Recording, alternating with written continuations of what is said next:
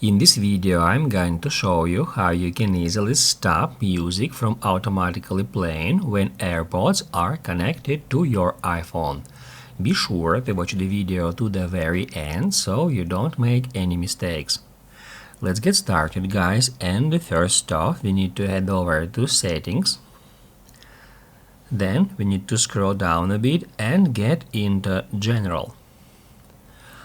Here you can easily find AirPlay and Handoff. We need to get into it, and that's where we can easily find Handoff option.